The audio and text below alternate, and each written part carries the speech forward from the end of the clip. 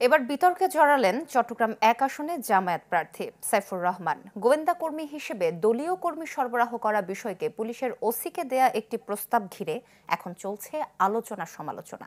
যদিও তার দাবি রাজনৈতিক নয়, এলাকার আইনশৃঙ্খলা নিয়ন্ত্রণে সহায়তার জন্যই বলেছেন এমন কথা। আপনি যদি লজিস্টিক সাপোর্ট চান আপনার পুলিশের সাথে অ্যাসিস্ট্যান্ট হিসেবে যদি মনে করেন যে সহায়ক পুলিশ লাগবে, আমি শিবিরের জামাতে লোক দেব। চট্টগ্রাম ১ আসনে জামায়াত প্রার্থী সাইফুর রহমানের সাথে মিরসরাই থানার ওসির এই কথোপকথন ২০ নভেম্বরের, যেখানে তিনি ওসিকে প্রয়োজনে গোয়েন্দা কার্যক্রম বা লজিস্টিক সহায়তা হিসেবে জামায়াত শিবিরের কর্মী সরবরাহের প্রস্তাব দেন। গোয়েন্দার লোক লাগবে, আপনি ইউনিয়ন ভিত্তিতে গোয়েন্দা টিম গঠন করেন, আমি স্পেশালি লোক সাপ্লাই করব।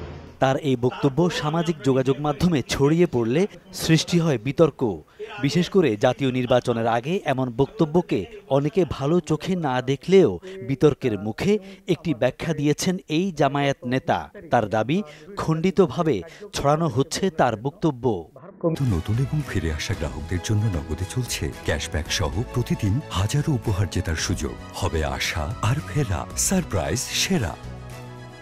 কমিউনিটি পুলিশিং বিধান অনুসারে যখন কোনো এলাকায় চুরি, ডাকাতি, রাহাজানি, অন্য কোনো সামাজিক অবক্ষয় দেখা দেয়, সেখানে পুলিশ চাইলে বিভিন্ন কমিউনিটি থেকে এই সহযোগী তারা নিতে পারেন এবং সহযোগিতা চাইতে পারেন। জনগণ থেকে যে কোনো সহযোগিতার প্রস্তাব দেওয়া যেতে পারে, কিন্তু জামাত শিবিরকে যেভাবে হাইলাইট করি, কালার করি, যে বক্তব্যগুলো এখন বিভিন্ন মিডিয়ায় প্রকাশিত হচ্ছে, আমার পুরো বক্তব্যটাকে ভিন্ন খাতে প্রবাহিত করি। মিরসরাইতে মূলত চুরি ডাকাতিকে তারা উৎসাহিত করেছে। জামায়াত প্রার্থীর দলীয় সহায়তার প্রস্তাবের বিষয়টি ভোটের লড়াইয়ে প্রভাব ফেলবে কিনা জানতে চাইলে পরিষ্কার কোনো মন্তব্য করেননি প্রধান প্রতিদ্বন্দ্বী বিএনপি প্রার্থী নুরুল আমিন। উনি আমাকে উদ্দেশ্য করে দেয় নাই, উনি উদ্দেশ্য করে দিয়েছেন প্রশাসনকে, উনি উদ্দেশ্য করে বলেছেন জনগণকে। এটা জনগণের প্রতিক্রিয়া দিবে, প্রশাসন প্রতিক্রিয়া দিবে। আমি ওনার বক্তব্যের বিষয়ে আমার প্রতিক্রিয়া দেওয়ার আমি কোনো বিষয় দেখছি না।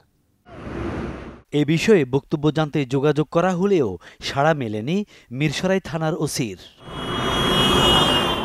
ফখরুল ইসলাম, চ্যানেল 24, চট্টগ্রাম।